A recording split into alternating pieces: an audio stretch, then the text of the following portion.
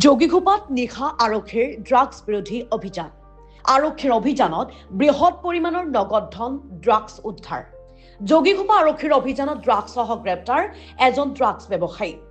ধৃত ড্ৰাগছ ব্যৱসায়ীজন কাবাইতাৰীৰ চুৰাট জামান ওৰফে পচা। আৰক্ষীয়ে গ্ৰেপ্তাৰ কৰা ড্ৰাগছ ব্যৱসায়ীজন চাইকেলৰ দোকান খুলি তাৰ পৰা ড্ৰাগছৰ ৰমৰমীয়া ব্যৱসায় চলাই আহিছিল। আৰক্ষীৰ অভিযানত নগদ ধন ড্ৰাগছ উদ্ধাৰ। ধৃত ড্ৰাগছ ব্যৱসায়ীজনৰ দোকানৰ পৰা 12,870 টকা নগদ ধন, 1.32 গ্ৰাম হেৰইন, 40টা ট্ৰেমাডল টেবলেট, এটা মোবাইল ফোন জব্দ কৰে আৰক্ষীয়ে। উল্লেখযোগ্য যে চুৰাট জামান ওৰফে পচা পূৰ্বে ড্ৰাগছৰ গোচৰত জেল হাজতলৈ গৈছিল।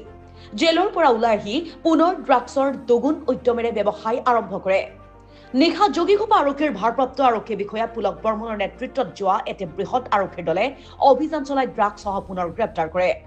ঘটনা সন্দৰ্ভত যোগীঘোপা আৰক্ষীয়ে তদন্ত অব্যাহত ৰাখিছে।